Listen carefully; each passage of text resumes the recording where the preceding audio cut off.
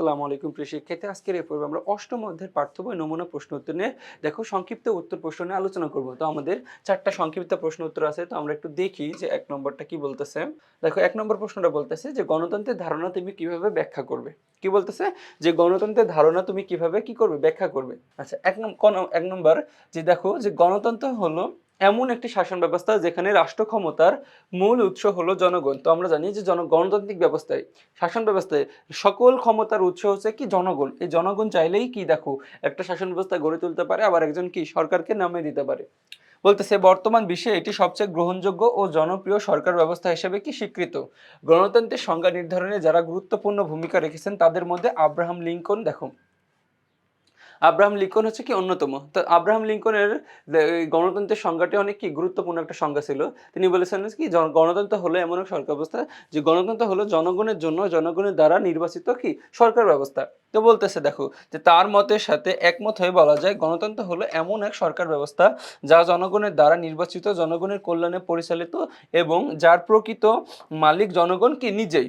এরপর 2 নম্বর প্রশ্ন বলতেছে যে নির্বাচনী আচরণবিধি বলতে কি বোঝায়? কি যে নির্বাচনী আচরণবিধি বলতে কি বোঝায়? তো আমরা জানি যে নির্বাচনী আচরণবিধি হলো নির্বাচন পরিচালনার সঙ্গে সংশ্লিষ্ট বিভিন্ন আইন। কি বলতেছে? নির্বাচন পরিচালনার সাথে সংশ্লিষ্ট বিভিন্ন আইন, নীতিমালা ও বিধিবিধান সমূহের সমষ্টি যা সংশ্লিষ্ট সকল ব্যক্তি বা পক্ষের জন্য বাধ্যতামূলক। তো এই বিধিবিধান অমান্য করলে শাস্তির ব্যবস্থা রয়েছে। তো জানি আমাদের কি এই নির্বাচনী আচরণবিধি যদি কি অমান্য করে তাহলে তার কি আছে কি শাস্তির বিধান রয়েছে। আর এই আচরণবিধি প্রণয়ন ও বাস্তবায়নের দায়িত্ব পালন করে বাংলাদেশ নির্বাচন কমিশন। তো দেখো বাংলাদেশ নির্বাচন কমিশন অফিসার কি করে এই আচরণবিধি প্রণয়ন ও বাস্তবায়ন করে থাকে। এরপর 3 নম্বর কোশ্চেনটা হচ্ছে যে প্রত্যক্ষ গণতন্ত্র বলতে কি বোঝায়?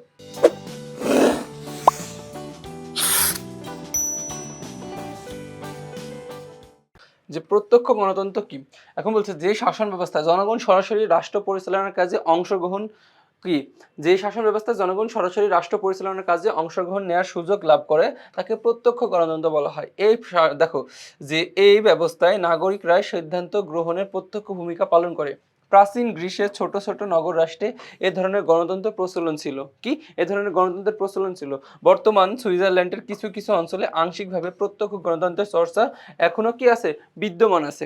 দেখো বর্তমানে সুইজারল্যান্ডের কিছু কিছু অঞ্চলে এই আঞ্চলিক আংশিকভাবে কি এই প্রত্যক্ষ গণতন্ত্রের সুযোগ আছে, যেখানে সকল রাষ্ট্রের জনগণ কি সরাসরি শাসন কার্যে অংশগ্রহণ করত।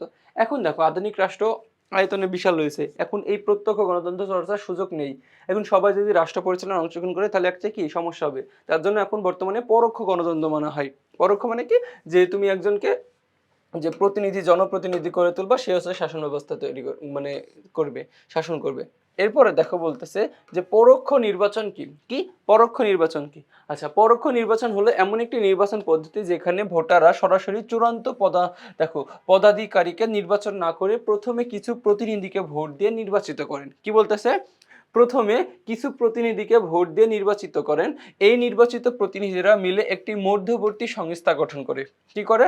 এই নির্বাচিত প্রতিনিধিরা একটি মধ্যবর্তী সংস্থা গঠন করে যাকে নির্বাচক মণ্ডলী বা ইলেকটোরাল বলা হয়। কি ইলেকটোরাল কলেজ বলা হয়। পরবর্তীতে এই সংস্থা চূড়ান্তভাবে রাষ্ট্রপ্রধান বা নির্দিষ্ট প্রতিনিধি নির্বাচন করে। উদাহরণস্বরূপ আমেরিকা যুক্তরাষ্ট্রের রাষ্ট্রপতি এই পরোক্ষ নির্বাচন পদ্ধতির মাধ্যমে নির্বাচিত হন। তো দেখো এই ইলেকটোরাল কলেজ বলতে এখানে বোঝানো হয়েছে যে যেমন যে আমেরিকা যুক্তরাষ্ট্রের যে 50টি অঙ্গরাজ্য রয়েছে, তো 50টি অঙ্গরাজ্যের একটি অঙ্গরাজ্য থেকে মনে করো যে একটা অঙ্গরাজ্যের 55টি হচ্ছে ইলেকট্রাল ভোট আছে।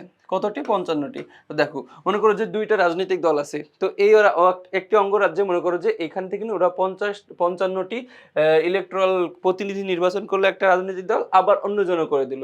তো এর মধ্যে যারা হচ্ছে কি সবচেয়ে বেশি ভোট পাবে, বেশি পার্সেন্টেজ হবে, মনে করো যে 100 জনের মধ্যে 100% মধ্যে মনে করো যারা 51% পেয়ে যাবে তাহলে কি এইখানে ওই 55টা ইলেকট্রাল কলেজে ভোট তারা পেয়ে যাবে। তো সেখানে থেকে তা পরবর্তীতে কি এই যে এদের যে নির্বাচন করলো, এই নির্বাচন করার পরে এরা আবার পরবর্তীতে কি এই রাষ্ট্রপতি নির্বাচন করে বা নির্দিষ্ট প্রতিনিধিকে নির্বাচন করে। এটাকে আমরা বলতেছি কি পরোক্ষ নির্বাচন পদ্ধতি। ঠিক আছে? তো দেখো তো এরই মাধ্যমে আমরা কি পাঠ্য বই অনুশীলন পাঠ্য বই নমুনা প্রশ্ন উত্তরে হচ্ছে কি যে সংক্ষিপ্ত উত্তর প্রশ্ন নিয়ে শেষ করলাম। তো পরবর্তীতে তোমাদের সাথে আবার দেখা হবে। আসসালামু আলাইকুম।